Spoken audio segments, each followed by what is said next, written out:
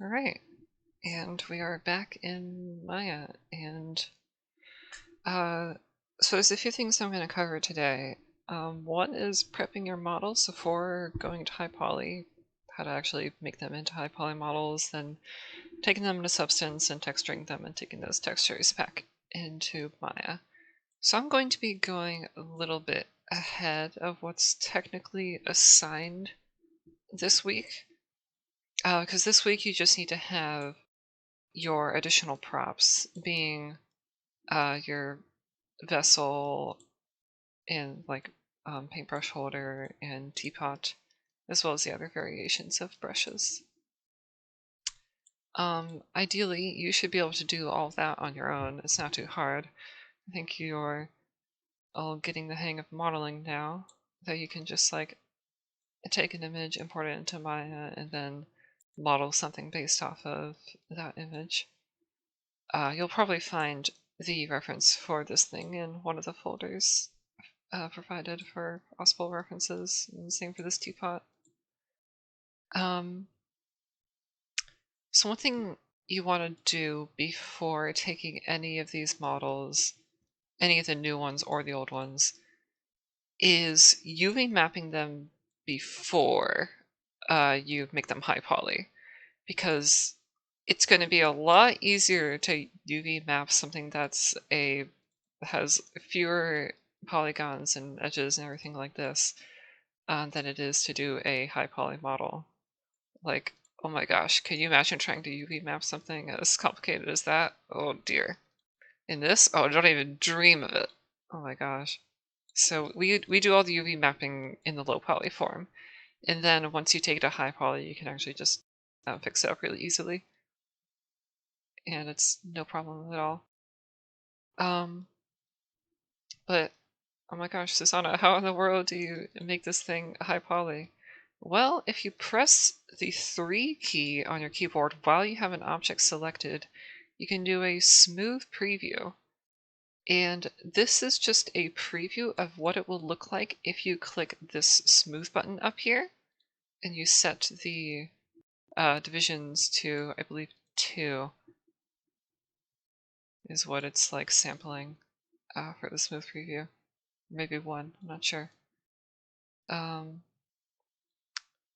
think it's 1, actually. Let's see.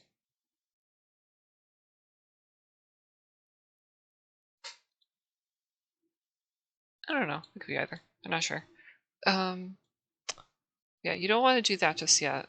You probably want some of the parts of your model to retain their sharp edges. Like if you have a canister like this for your paintbrush holder, then you probably want this bottom edge to not be all rounded off like that. And you want to preserve the integrity of these ridges going around the middle. So the way Maya calculates the hardness or softness of edges is based on how close the edges are to each other. If you've used Blender before, you might know that you can just say, hey, I want to designate this edge as a hard edge, and then even when you do the smooth function, it'll keep it hard, but Maya doesn't really work like that. It's not super smart. It's almost like it wasn't made by artists. Who would imagine? Yeah, there are 2 ways that you can go about adding edge loops to, or there are a few ways you can go about adding edge loops to harden your edges. The easiest way to do it, I would probably recommend starting, if you have something just like a simple full edge loop like this, is doing the bevel function. If you do bevel and you turn off chamfer and then turn this fraction down really low to like 0.1, and then you do the smooth preview, you can see immediately that edge looks way sharper than it did before. If you want it to be even sharper, then what we can do, let me go back to before I did the bevel. So turn off chamfer, turn the fraction down to 0.1 again. My computer is starting to freak out. You can even increase the number of segments that it gives you to like 3 or something. Um, it does seem to make it somewhat sharper, but I think you could accomplish it by better just by taking this down to 0.01 or something. It's like, oh yeah, that's a lot better, and that's even fewer polygons. So that's what our goal is. We want to get as much detail with as few polygons as possible. And you can just go around and do that exact same thing to other parts. So I'm just going to press the G key to repeat the last function I did, which in my case will be the bevel. And I'm going to do it on these as well. Set my fraction to 0.01 again. And now all of these edge loops are super tight and super sharp, and they look really nice and clean. In fact, if you're doing the bevel function, you can even do this to multiple edge loops at a time. Like say you have repeated details on your object, like these ridges along here. I'm just going to select all these edge loops because I want them all to be super sharp. And I'm going to do the bevel function, turn chamfer off, turn the fraction down way small. And then when I do smooth preview, they all look really nice at the same time. But say the bevel function doesn't work so well for you, and you're trying to have something go along an edge where the bevel function doesn't work. You can also just use the insert edge loop tool. So let's see, where's that? Hold shift and right click and you can find it there. And you can just put them in there manually if you choose to. If you only want one side of your edge to be sharp, you can also just do like an edge on one side, or you can like vary the sharpness of your various different edges. Like you want this one to be super sharp, but you want that one to be not so much. That's why I might not want to do all of them at once. And what I'm doing here with the insert edge loop tool, you can also do with the multi-cut tool. Although the multi-cut tool is a bit laggy, you might notice if you try to use it. Like I can use it here, and it will like, sometimes it'll like snap onto the wrong edge. I'm like, ah, no, I don't want that. If you're just doing, sorry, edge loops for high poly like this, then you want to do it like that. Now I made a mistake here. I started adding high poly mesh details to my low poly model, and that is not quite something you really want to do. Also, there's a hole here for some reason. I don't know what the deal with that is. So before you start adding edge loops and high poly model details to your model, you want to duplicate your object. And you want to take the old object and put it, so actually this one's in my low poly layer. I'm going to remove this teapot from that layer, and I'm going to make a new one called props MP for medium poly. So that way, if you screw up on your medium poly version, you still have this one you can go back to, even without having to revert to an older file and getting all screwed up, like, which file was it in? And then, like, you can just have them side by side, and if you want to make changes to one of them, then you don't have to go and find your old save file that you have.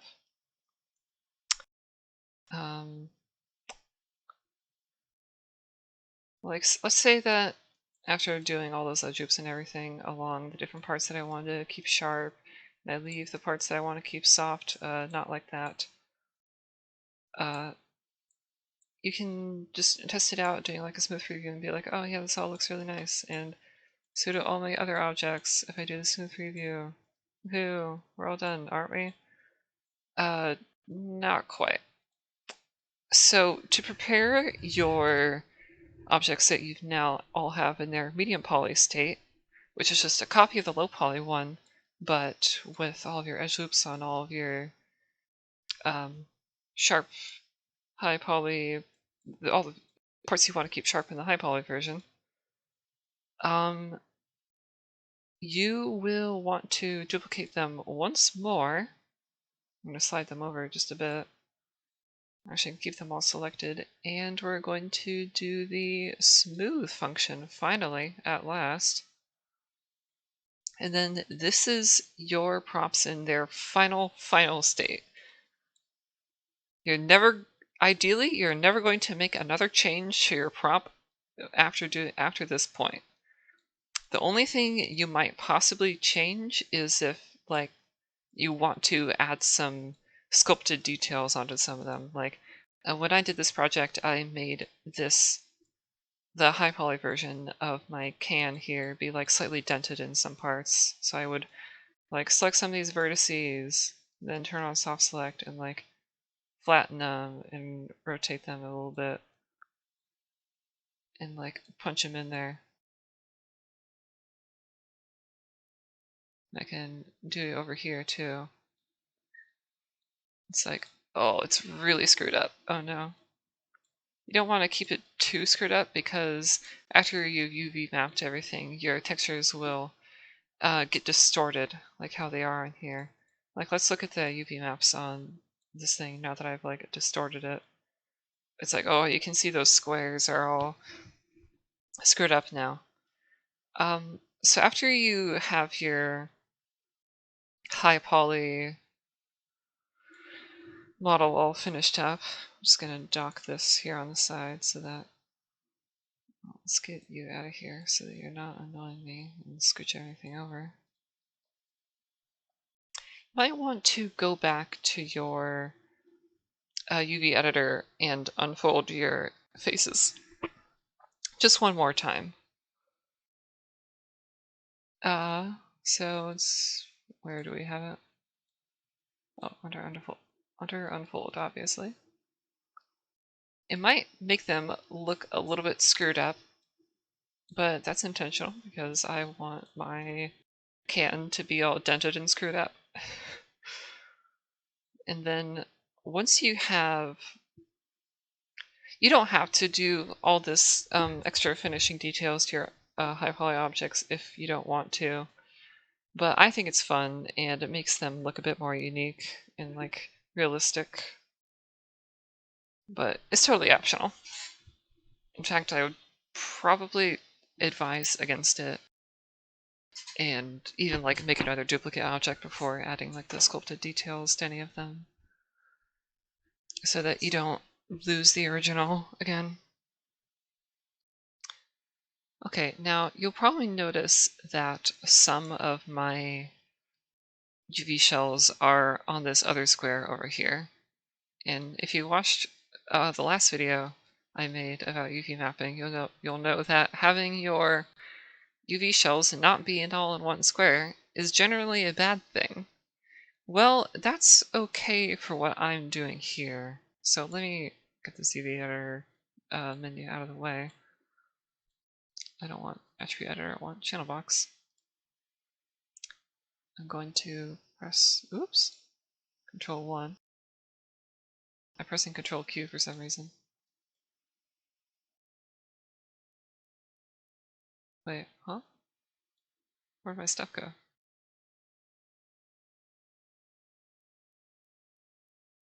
Wait, where are all my other objects? Why are they all hidden? Um,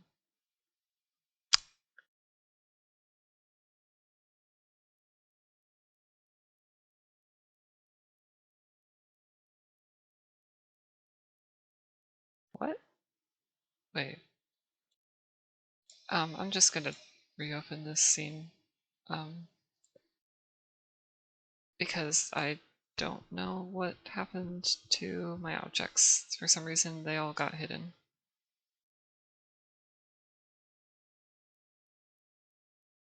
Oh, I'm in orthographic view. Hello, Maya. What the? Oh, it's opening this. Why does it think I'm holding the spacebar? I'm not. Hello, Maya. Excuse me. Okay. Thank you. Let me turn all this stuff off. Put a new layer. I recommend keeping all of your lighting implements in a separate layer as well. It's like, okay, back to the medium poly objects. It's like, alright, I'm gonna take these, duplicate them, smooth them. Well, I don't want to move them over. I want to take these, remove them from this layer, turn off that layer, make a new layer. Smoothed. I'm gonna call this one to distinguish it from my other props just that I have in the scene. And okay, now we can, now that these are all done, I believe this is where the milestone of this week ends.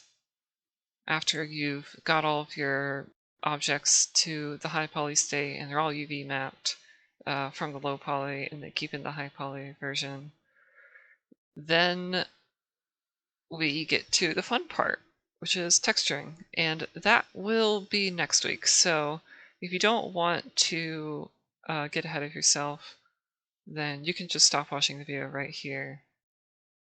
It was pretty short, I know. But I'm going to get into Substance Painter, my beloved, and I'm going to talk a bit about how to use UDIM tiles in your UV tiling. So you'll notice that when I pull up my UV editor for all these objects, that they're they look kind of screwed up right now, but that's okay. I'm going to lay them out onto the different tiles. You don't have to do the tiling method I'm doing here, but I think it makes the texturing process a lot quicker and easier because it allows you to just assign one material to the entire scene.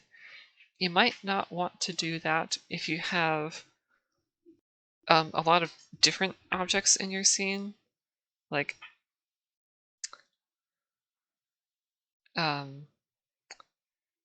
if you have like a character and an environment, you don't want them to share the same material. That's just weird. So you want to make their materials be separate. But if you have an environment with a lot of similar features that have only somewhat different textures, like I can show something I did in the past. If I go to very old work that I have, so like everything I had in this scene here that I made years ago, this is all just one material. I set every single object except for the lights in this scene to carry the exact same material. And you'd be like, what? How do you do that? Everything looks so different. There's like silvery parts and there's like plasticky parts. Well, I used UDIM tiles to separate the different parts of the textures. It's like when I go into my source images folder, you'll see that, oh my gosh, there are a million. But I have like 10 different base color images. What? You'll notice how like the first one has like the orange painted steel, and the second one is like the plasticky parts, and then the third one is all this more silvery parts. Substance allows you to look at all these different squares for your different objects and paints across all, and it will let you assign materials to them and paint on them across all these different tiles. It's like I had my paint. So originally I just had one paintbrush and I duplicated it and warped it for all these other ones. So technically they all have the exact same texture, but some of them are just like warped a bit.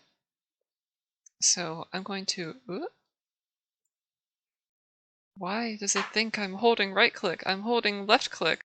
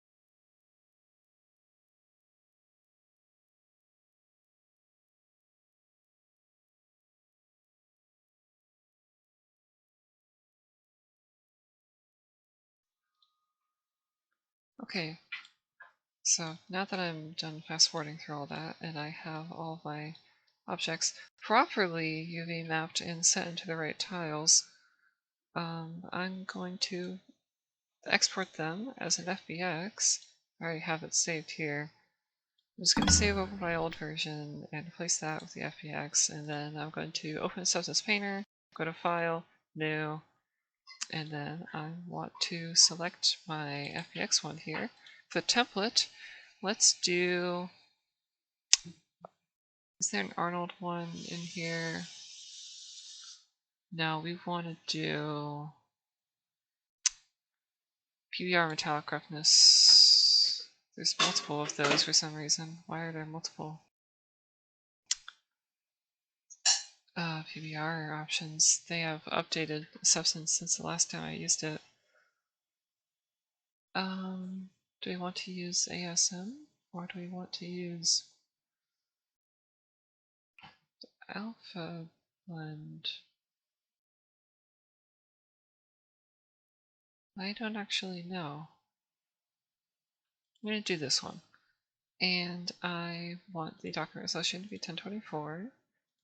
Since I'm doing UDIM tiles, which is what I have here, where everything is set out along these different squares, just so that I can assign the same material to everything, I need to click Use UV Tile Workflow, and that first little option there. I don't have any baked maps, I don't have physical size or any color management to import, so I'm just going to click OK, and hope that the substance works in a predictable manner. Alright, yeah, we have all of our objects laid side by side here in Substance. Okay, now, the first thing you want to do before you do anything in Substance is go to Texture Set Settings, and scroll down and click Bake Mesh Maps. Oh, this menu looks different than it did before. Okay, output size 1024. Use low poly mesh as high poly mesh because this is the high poly mesh. If you were using a low poly model, like say this was the low poly one that I imported into here, I could click on this and then like say, hey, here's my high poly FBX, but I'm not doing that. I'm just texturing the high poly version, which is what we want to do. I don't need ID.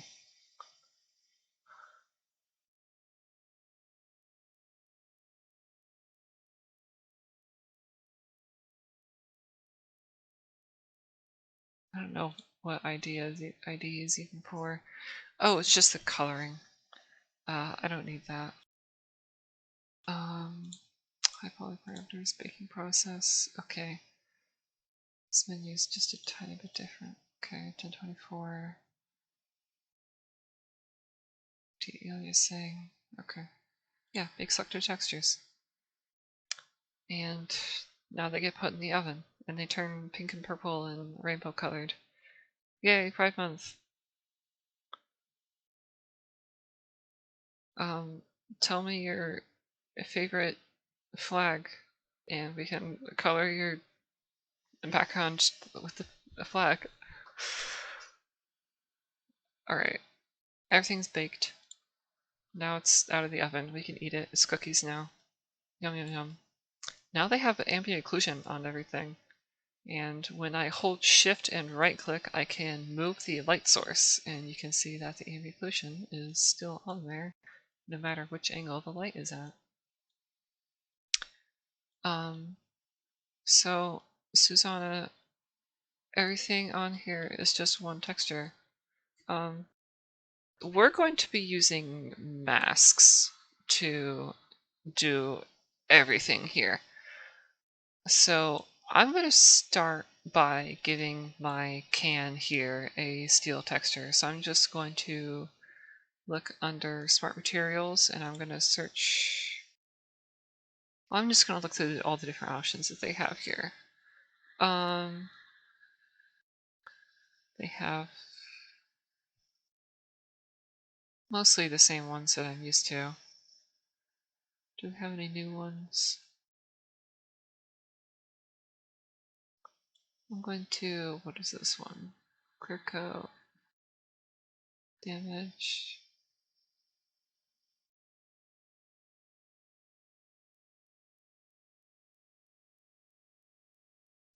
I don't want that one. I want like a... The reason you want to bake the textures or do the texture baking is so that you can actually use these nice smart materials that Substance has available to you. They are very, very helpful in making your models look very pretty because they have procedurally generated maps for based on the ambient occlusion and stuff. Right, so that one, yeah, looks pretty nice for the can. Might make it a bit more rusty or dirty or something for fun. You'll notice that it's applying it to every single other thing here. Don't worry about that. We'll get to it in just a second. I want to make it just a bit dirty. Oh, really dirty. Okay. For these two, I'm going to select these two layers, and I'm going to select at least the steel one. I'm going to add a black mask. I'm going to turn off dirt for now. And when I add that black mask, I notice, hey, oh, where'd it go? That's okay. So let's go into this mask here, which is this one here. It's just the little circle cut in square. And I'm going to color these UV shells white in the mask. If you've used masks in Photoshop before, you'll know what I'm talking about. So there are a few different ways to do this. When you can either just like paint it by hand using like the brush tool, or you can do the polygon fill. I recommend doing this, and there are a couple different ways to do it. You can do triangle.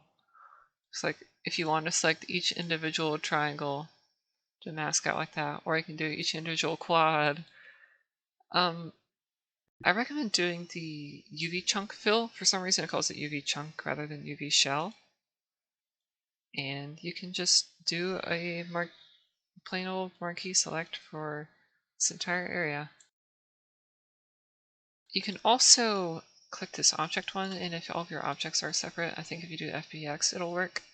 Then you can just like click on it and it will select the entire piece, as long as it's all the polygons are connected to each other. And I'm going to do the same thing with the dirt. If you click on it and nothing's happening,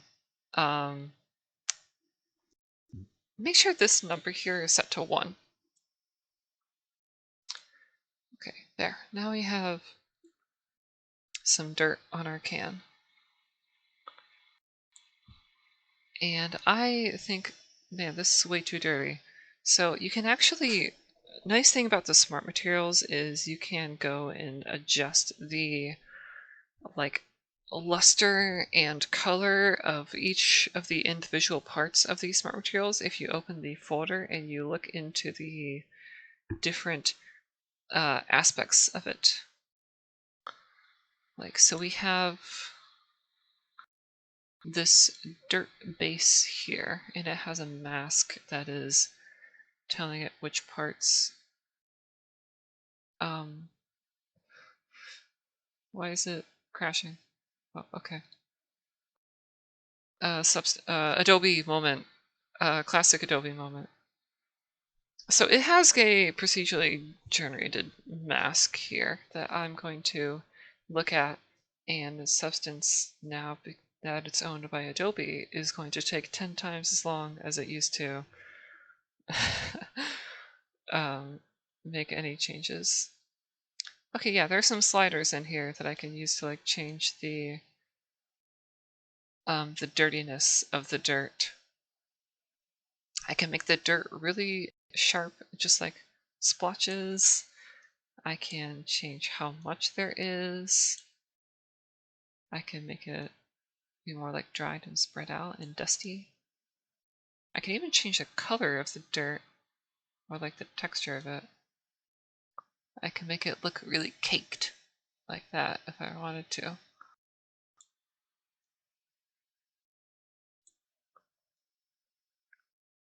fact, you could even get really creative with some of these materials here.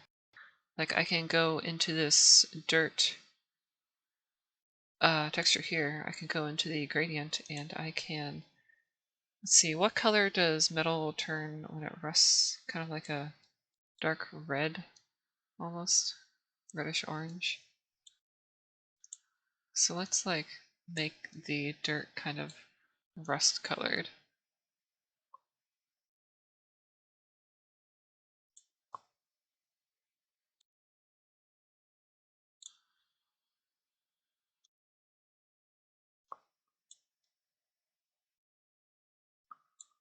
Yeah, alright, that looks good. And I can even go into the metalness. I can give it a metalness value by clicking that option. And it will carry the same like metallic reflection as the steel underneath it. So now we have a slightly rusty can. You notice that it's only rusty on the inside because that's where the water is. Haha! And just like around here on the top where you pour it out. You'll notice that the camera in Substance works a little bit differently than in Maya. It's mostly the same. You'll probably notice that holding Alt and scrolling doesn't do anything.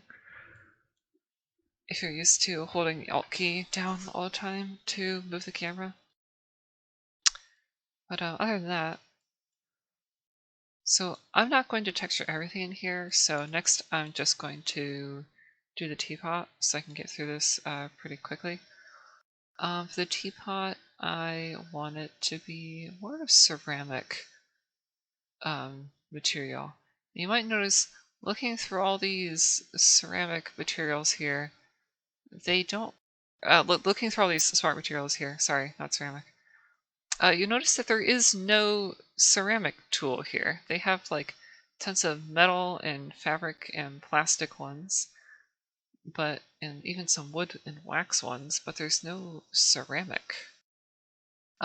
So there are two ways to get around that. You can either just kind of guess by like going with like one of like the plastic ones and like changing the parameters like I did for that dirt material there, to make it look more like a ceramic and not a piece of plastic. Or like maybe you can use one of these marble ones. Because it's also made of rock. It seems like it might work okay. But if you are unable to find something you really want, like say you want like a sponge material, you can go to Substance Share. It is a website that is now owned by Adobe, which instills a visceral fear in my gut. um, oh, is it different now? Is it not just like a normal website? No, you need to go to the assets one. Okay, yeah. And notice that people have made uh, some really cool technical artists make materials and share them here on this website. Or sometimes they even make really simple models that you can grab. And you can like scroll through here for days and looking at all the cool stuff that people have made. Some of them are just regular materials, some of them are smart materials, some of them are just like other related things. Like so I'm just going to search ceramic and let's see if people have some nice ceramic materials that I can borrow from. There are a ton. I want one that is a smart material. Let's see, can I look under smart materials specifically? Yeah, there are a few of these. So like, let's say we want this enamel glaze one from Malt Resenberger Lußmann. I'm just going to click that download button, and it's going to give me the substance share material. And I want to import that resource into my scene. So I'm going to go into File, Import Resources, and I'm going to look at my Downloads folder. I want to grab this thing, and it's going to save it as a smart material, which is correct. And I'm just going to import it to my PBR. Actually, I'm going to put it into all of my assets so that I can use it again if I want to make another ceramic object in the future. So let's import that. And now, enamel ceramic should show up in my smart material bar.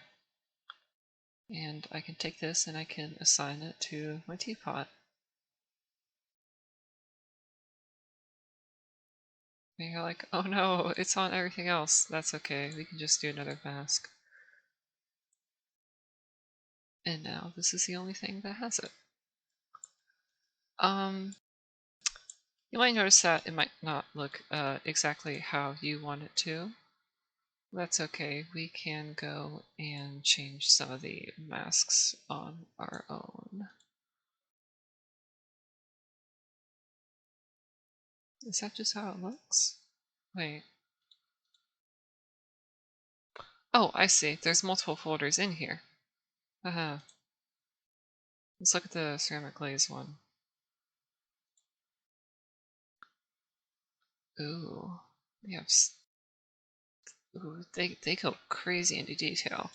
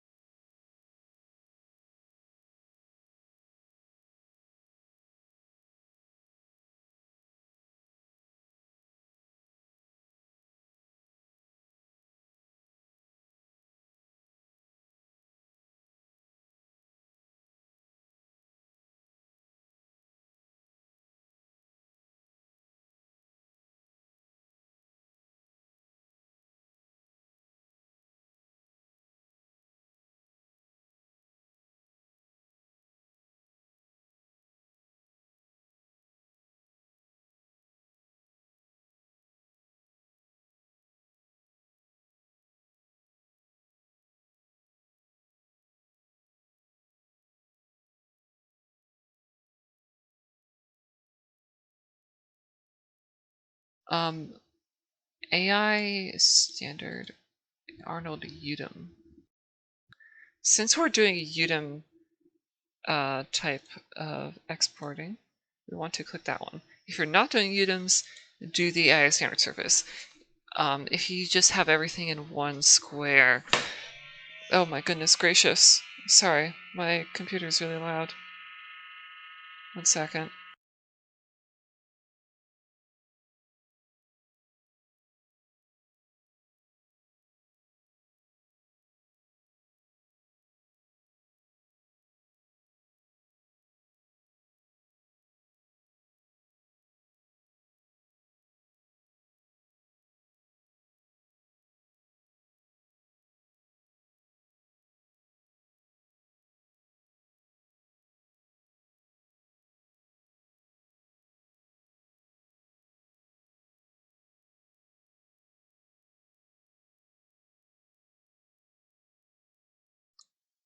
Okay, it's okay now.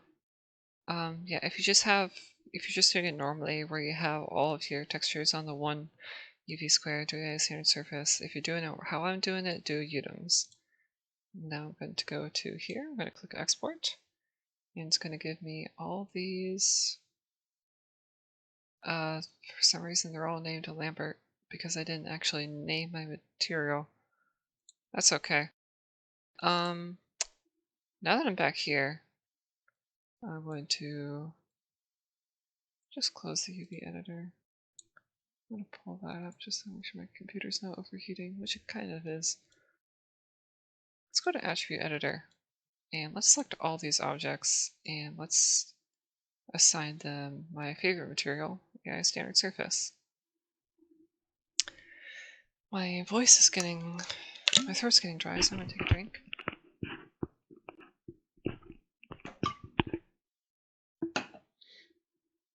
Okay, so let's assign all of the important textures to this material. So this part will go a bit slowly. So let's start with base color 1. And okay, well, we want that to be RGB. Make sure alpha's luminance is off under base color. And we want to do UDIM tiles. Okay. Go generate a preview for these UDIM tiles. We sure can. Alright. And let's do metalness next. So I'm going to do the exact same thing I just did. If you set your project folder correctly, you won't have to navigate through your folders every single time like I'm doing right now. I'm going to find metallic 01. And I'm going to turn on UDIM. I want alpha's luminance to be on for this one. For some reason it's not letting me change this color space value here, but if it does let you change it, make sure you set it to raw. For me it's not working. And then under specular roughness, I want to grab this one and let's do the exact same thing I just did for metalness, but with the roughness map. So that's going to be the last one here in the list.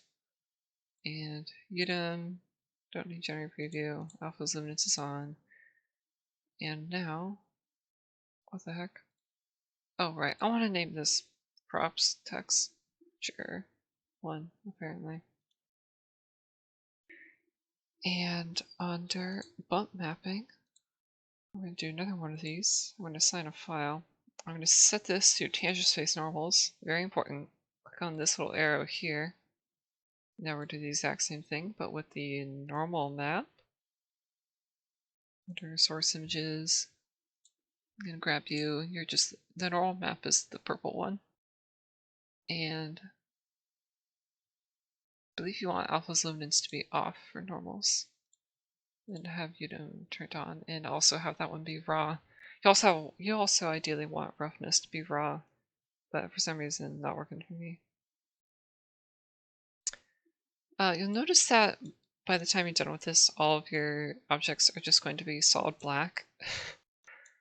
That's okay, because it's only previewing the last material that the last map that you assigned to the object. So now everything should have the correct materials, and you can do your lighting setup, your 3-point light setup, like how I had back here. Oh, it's preview. That's what that was for. Oh, okay. Let's pretend I did the 3-point lighting setup. uh, well, I don't know. Okay, okay. I'm gonna save this substance project, I guess. This is exhausting. I'm gonna close that. Okay. Yeah, after you've assigned all your materials like that, that's how you do the UDIM part. And that is the last I have to show for that. I believe you know how to do a lighting setup already. Don't necessarily need to demo that, so I'm just gonna end the demo right here after yet another Maya crash when I tried to turn on the lighting layer. I swear it happens every time. I don't know why. I don't know what I'm doing, because I had the exact same crash happen last time. Or it's like I was in the attribute editor, then I went back to the channel box, and I tried to turn on the lighting, and it crashed. What is up with that? I don't know. I don't know. Well, that's all I have to show. I hope some parts of that, like how to make the high poly models be prepared to be exported, worked out okay. All right. Have a good one.